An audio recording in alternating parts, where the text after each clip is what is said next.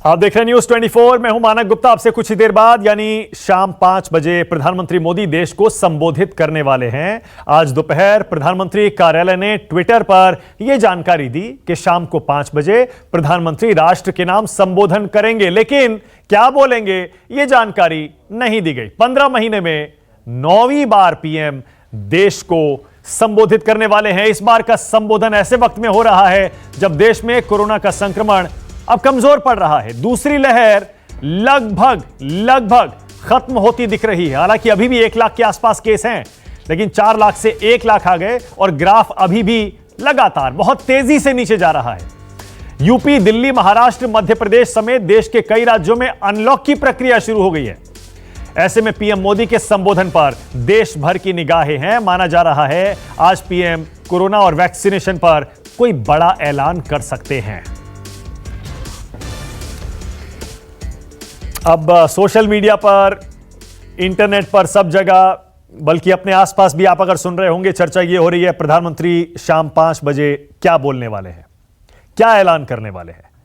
प्रधानमंत्री जब भी बिना एजेंडा बताए इस तरह कोई देश के नाम संबोधन करते हैं, उसमें कोई बड़ा ऐलान अक्सर होता है। चर्चा हो रही है क्या अर्थव्यवस्था के लिए कोई राहत पैकेज आ सकता है, क्या वैक्सीनेशन की गति बढ़ाने को लेकर कोई बड़ा ऐलान हो सकता है, जैसे घर जाकर वैक्सीनेशन। इसके अलावा क्या कोई और ऐलान हो सकता है किसी समाज के किसी और वर्ग को राहत देने के लिए, अनलॉक को लेकर, तीसरी लहर को लेकर, दूसरी लहर क्योंकि अब उतार पर है बिल्कुल, उसे लेकर क्या बोल सकते हैं प्रधानमंत्री।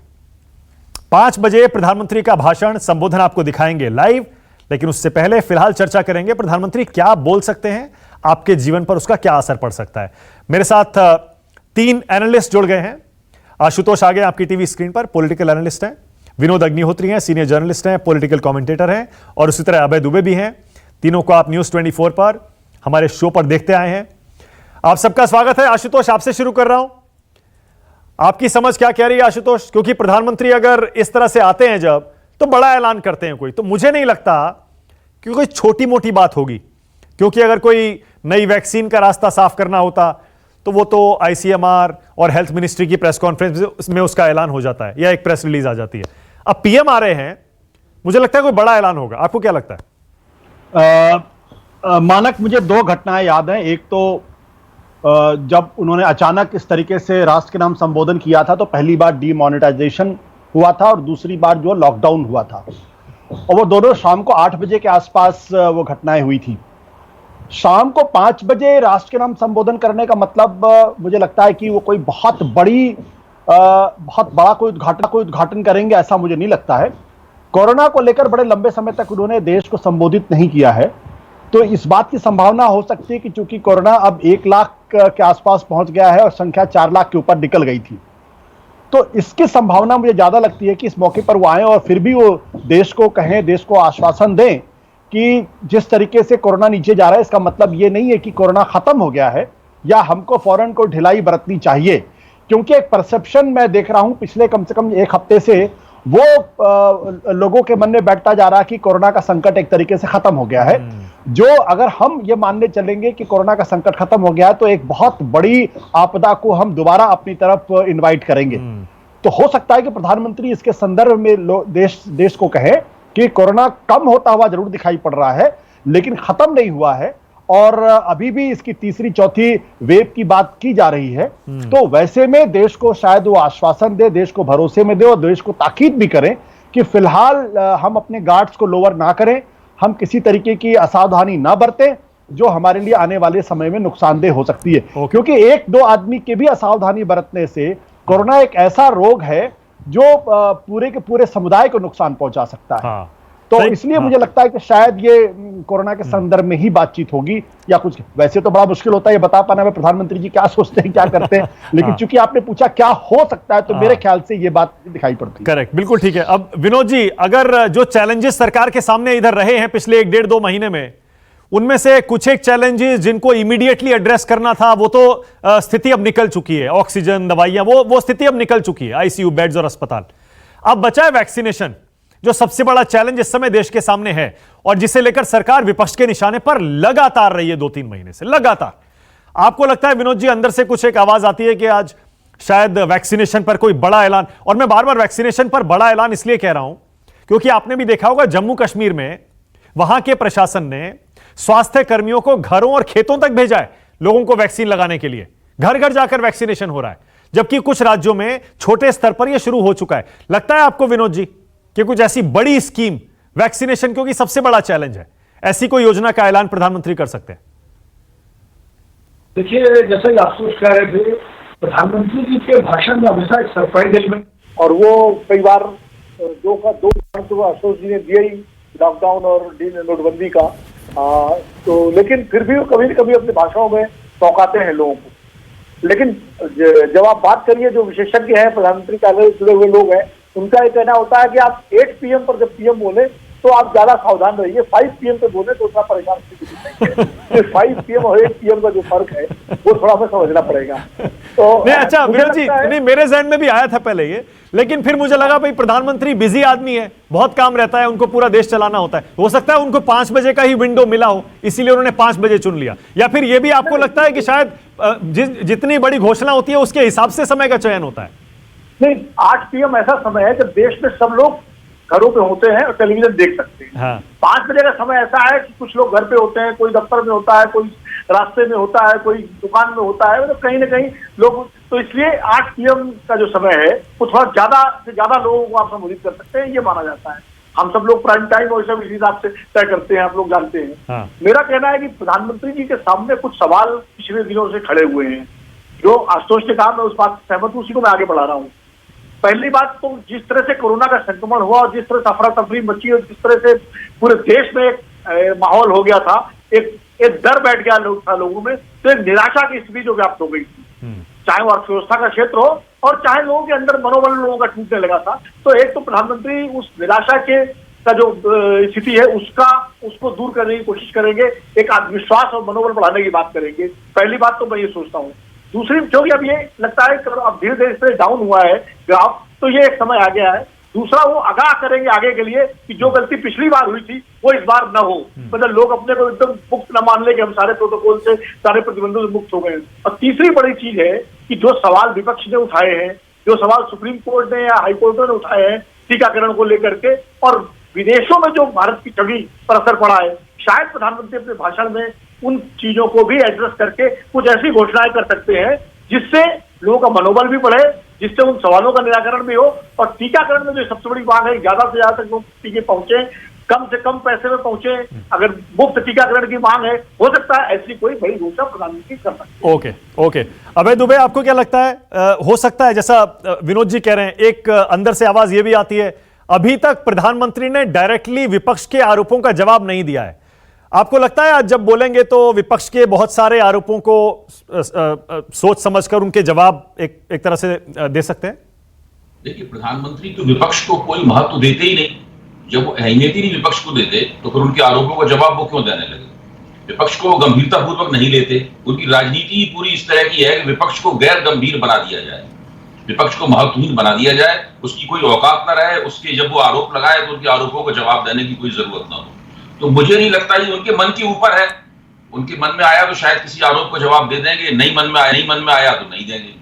मैं आमतौर पे आशुतोष जी ने और विनोद जी ने जो कहा उससे सहमत हूं, लेकिन साथ में मैं ये सवाल भी पूछना चाहता हूं कि आखिरकार प्रधानमंत्री ने दूसरी लहर की इतनी संगीन जो हालत हुई पूरे देश की, इतने लोग मरे, इसकी कोई सीमा नहीं है। सारे आंकड़े अभी जो सामने आते हैं प्रबंधित आंकड़े लगते हैं, असल में कितने लोग मरे हैं किसी को नहीं पता है। मेरा मानना है जो बताया जाता है उससे 200-250 गुना ज्यादा लोग मरे हैं, ऐसा मुझे लगता है। अभी अखबारों में कुछ आंकड़े आए थे, इसमें श्मशान के आंकड़ों को जोड़कर और सरकार द्वारा घोषित आंकड़ों के मुकाबले रखकर देखा गया था तो उसमें 250 गुना का फर्क। इंडियन एक्सप्रेस में एक खबर आई थी।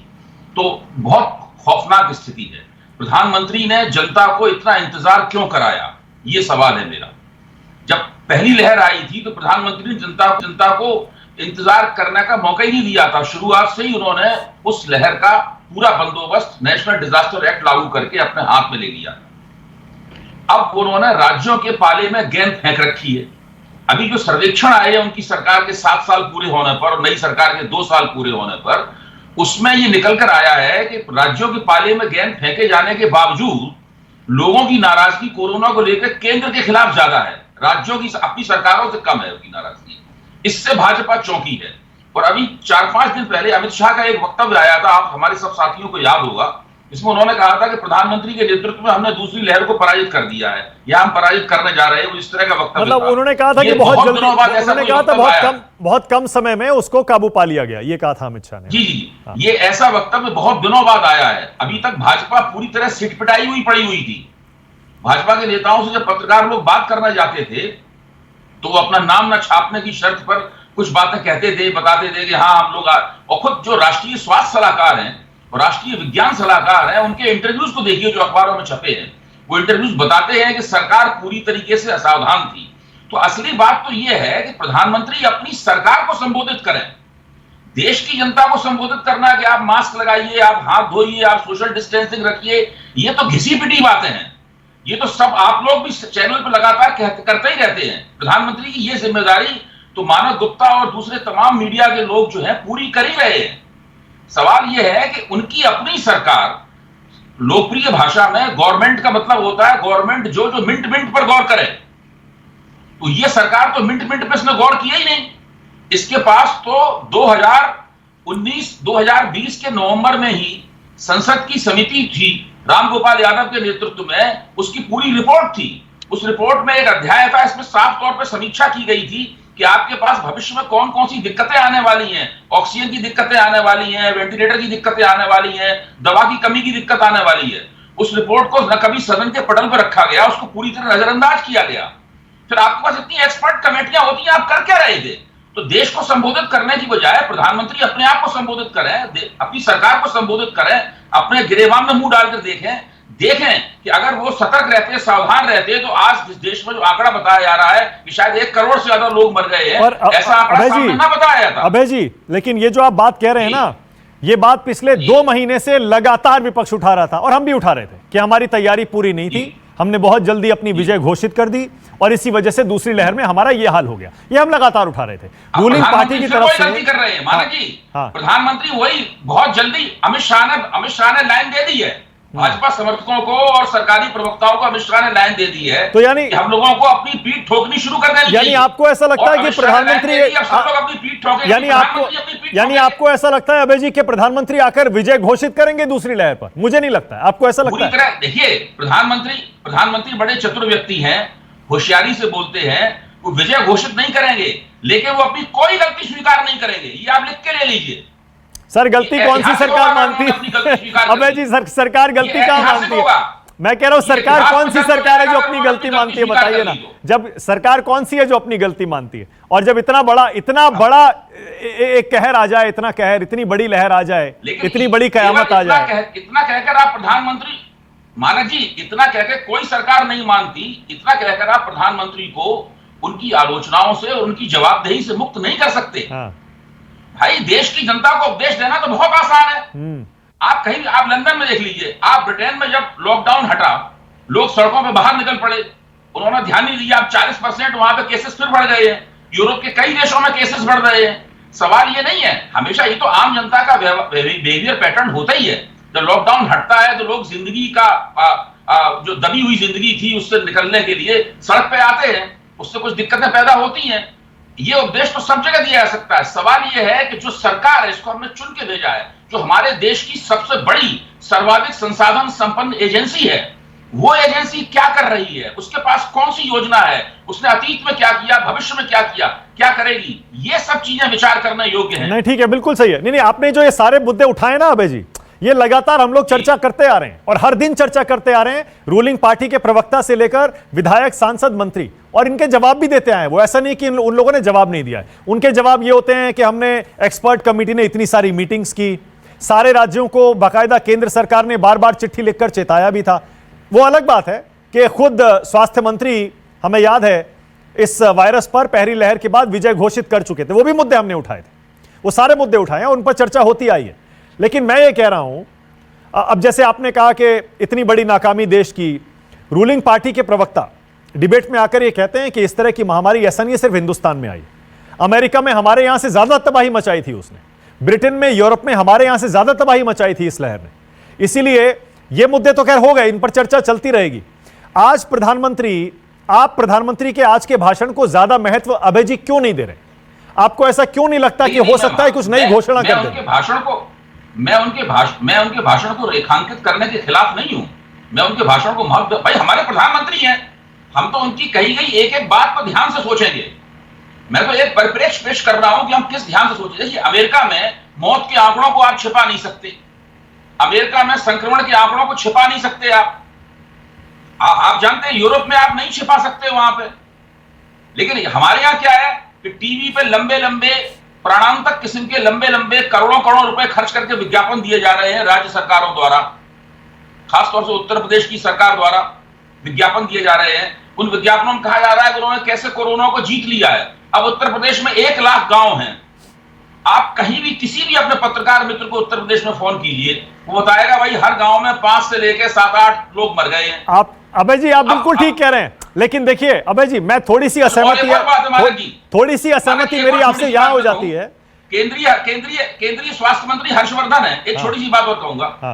उन्होंने 2018 में दिल्ली के 3 गांवों को गोद लिया था प्रधानमंत्री के आदेश के ऊपर। उसके बाद वो कभी उन गांवों में लौट के नहीं गए। इंडियन एक्सप्रेस के पहले पन्ने पे लीड में खबर छप चुकी है पूरी है, उन गांवों के नाम भी छपे हैं, कभी नहीं गए। अब गांव के जब पत्रकार लोग गांव में गए तो उन्होंने गांव वालों ने कहा कि भाई स्वास्थ्य मंत्री से ये कहिए कि यहाँ कम से कम एक नर्स तो बैठा दें, एक वार्ड बॉय बैठा दें, ताकि हमें पैरासीटामोल की गोली तो दी जाती रहे। अच्छा अभय जी, आप जो बात कह रहे थे ना, थोड़ी सी असहमति मेरी ये हो जाती है आपसे। आप कह रहे हैं कि उत्तर प्रदेश की सरकार ने विजय घोषित कर दी। सर, सारी राज्य सरकारें यही कर रही हैं, कोई एक ऐसी सरकार नहीं है जो अपनी पीठ नहीं ठोक रही है और ये नहीं कह रही है कि देखिए हमने कितने कम समय में हमने केसेस कहां से कहां पहुंचा दिए। सरकार से मुझे विशेष बैर नहीं है। नहीं, उत्तर प्रदेश की सरकार चूंकि बहुत बड़ा विज्ञापन दे रही है, इसलिए मैंने केवल एक उदाहरण दिया। ओके, मैं उत्तर प्रदेश का हूं, इसलिए मेरी चिंता उधर, मेरी लगाव उधर ज्यादा है। Okay, alright. मैं केवल इसलिए मैंने कहा उत्तर प्रदेश की सरकार नहीं, तो सभी सरकारें ऐसा कर रही हैं। और मेरा केवल निवेदन यह है कि जो परिप्रेक्ष्य हो, मतलब वो ये देखा जाना चाहिए कि प्रधानमंत्री की जिम्मेदारी क्या है। अपनी सरकार चलाने की जिम्मेदारी है, छत पर खड़े होकर सबको उपदेश देने की जिम्मेदारी। ओके, नहीं आप बहुत कड़े शब्दों का इस्तेमाल कर रहे हैं और आप बहुत ज्यादा नाराज भी लग रहे हैं और आपकी नाराजगी कुछ हद तक जायज भी है अभय जी। लेकिन मैं ये कह रहा हूं कि अब जब इस पर चर्चा इतनी हम लोग कर चुके हैं, आप ये कह रहे हैं कि इस मुद्दे को भुलाया नहीं जाना चाहिए। आशुतोष के पास जा रहा हूं मैं। आशुतोष, क्या प्रधानमंत्री के आज के भाषण को पिछले 1.5-2 महीने में जो हुआ उससे अलग करके देखा जा सकता है, या आज के भाषण को भी उसी लाइट में देखना चाहिए कि सरकार की नाकामी है, प्रधानमंत्री को उस पर बोलना चाहिए, उसे ओन अप करना चाहिए, या उस पर कुछ बोलना चाहिए?